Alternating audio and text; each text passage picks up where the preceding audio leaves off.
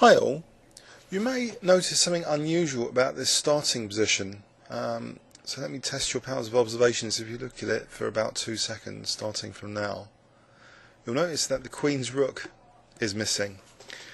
And the reason is because Paul Morphy in 1849 New Orleans took on Charles le Carpentier, and he gave Queen's Rook odds.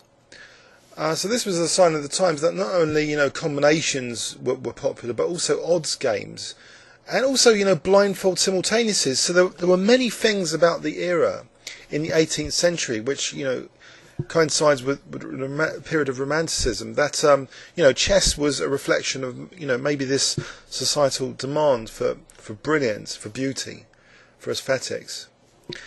And okay, so Morphy played e4.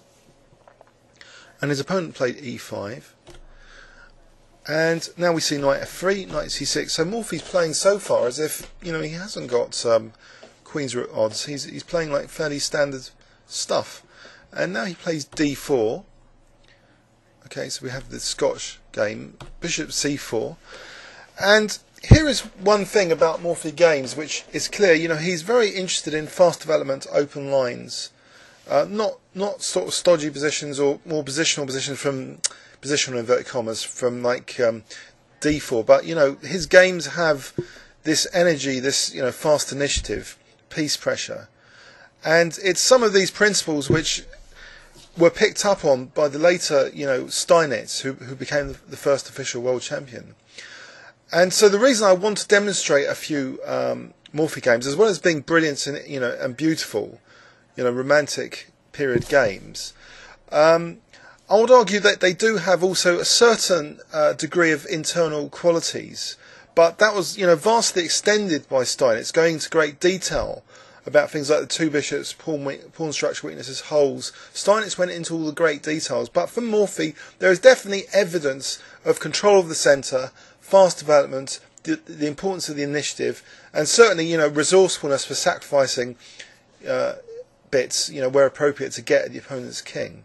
And this game is no different from that. So he's already sacked a pawn. The opponent, after this move, plays check. So Morphy's definitely prepared to make it into a real pawn sack. And so by doing so, he's opening up another sort of bit of pressure, this semi-open d file. The queen can now come potentially to d5. But he even sacks yet another pawn now. He castles. So he really wants to maximise his piece development and really increase that developmental advantage of his pieces. And his opponent, perhaps a bit oblivious to even these key principles, snatches another pawn instead of trying to just safely castle. He could have just played maybe knight e7 here to even avoid e5, and then just castle. The opponent grabbed another pawn, you see, and this is really pushing it. Morphy, after taking on b2, he's now got these raking bishops, very well developed, very well coordinated with each other. He's got the semi-open d file, so the possibilities of the queen either coming to d5 or to b3. And the opponent's lack of development. He's only developed these two pieces, and so he can't castle yet without moving the knight. And in fact, he plays a rather strange move now to defend g7, a very awkward looking move, an anti-development move. So the game even more illustrates the importance of development. The opponent just plays bishop f8. I guess there were some issues the opponent was wary of. He didn't really want to play maybe f6 because of e5. But even so, I'm sure that there must have been some good alternatives there. I don't want to go into great depth, but now Morphy plays e5, so he's making sure that the knight can't come to a natural square now. And the opponent, is so undeveloped, and in that sort of situation, you shouldn't really try and do active operations without being developed. And active operations, especially changes in pawn structure, or to open up even more lines potentially, is a very dangerous thing to do. And the opponent does exactly that now, playing d6. He's changing the pawn structure again, and potentially there's yet another open file now, the e file, against the black king. So Morphy simply points his rook at the black king, and the opponent must have thought, well, I can exchange queens, well, I'm going to get away with this. And this was very far from what happened, as we'll see. So D takes E5, and now Morphy basically ignored the fact that his queen's attacked. He didn't bother moving it to, say, B3. I mean, that was a plausible move to maybe try and, highlight F7 more as a weakness.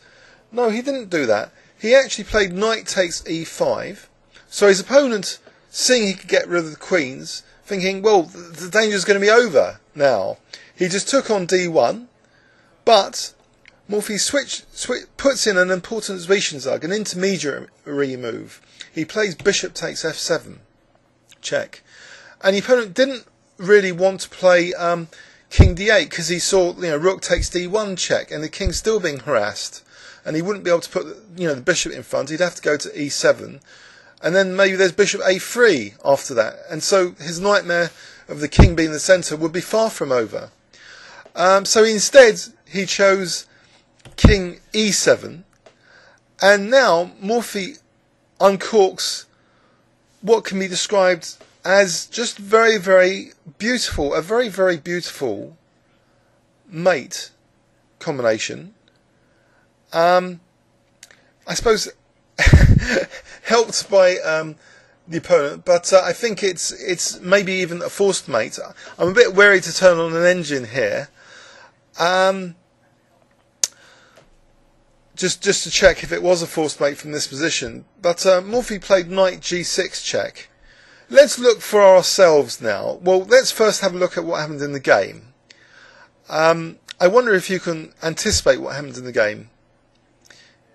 If I give you 2 or 3 seconds starting from now, what do you think black played here? So it's a double check, so another Zwischenzug, so the queen can't take the rook because the knight is also attacking the king. So it's a double check for those that a new chess. So the king is forced to move, basically. There's nothing that can be put to stop both of the checks. King has to move in that sort of situation. So where does it move to? Well, the opponent played king takes F7, and I wonder if you can spot the next move Morphy played if I give you 5 seconds, starting from now. Okay, Morphy played knight takes H8, and it's actually checkmate, because the king can't go to F6. Diabolical, isn't it? It can't go to E8 because of the rook. It can't go to G6 because of the knight. So the knight is not only checking the king, it's stopping it from going to G6. It's checkmate. It's quite an amusing mate, really. Did black have to go in for that? Say, black played king D8. Now, honestly, I haven't got the engine turned on underneath checking main lines here, because, mainline syndrome, as we know recently, is an issue. But it does make it a bit hard for me to say for certain where the mate is here. The rook's pinned, so I guess rook E8's out of the question. So let's just say rook takes D1 check. Okay, so the king can't go to E7 or E8. I assume, bishop D6 is possible here. But maybe the opponent just didn't like this position. Knight takes H8. And what's the material? 2, 3, 4 bits there. 4 bits there, and the rook. So Morphy's he's nearly equalised on material. He's only a pawn down, but he's got this massive development initiative. So let's just engine check it now. Okay, now that we've tried to establish something. Let's see. So in this position, I'll turn on the engine now. So cheating. King D6 is actually given as the best move. King D8 is mentioned. So rook takes D1, bishop D6, knight takes H8. And black's still slightly better according to engine. From a technical point of view, nearly a pawn up. So actually black didn't need to fall in for this total disaster. With king D6, there's also, the king could even come to C5 apparently. So knight takes H8, and it's still okay for black in theory. So the opponent, really blundered in a horrific way, grabbing another bit of material. bit too greedy. So king takes f7, knight takes h8. So it shows, you know, greediness, you know, should be in moderation, like other things. You can have too much of a good thing. So the opponent became a bit too greedy for his own good there, and his king got mated with knight takes h8 mate. Let's have a quick look in overview and summary at this very interesting game, very aesthetic. So massive lead in development, and the opponent also sort of undeveloping pieces and even opening up lines when he hasn't started, you know, developing his pieces, hasn't completed development. So you shouldn't really undertake active operations. So there's a few principles totally broken here, and especially the one about being, you know, a bit too greedy on material, just to grab material. So the punishment is severe, getting mated. I hope you enjoyed that. Please leave any comments or questions on YouTube. Thanks very much.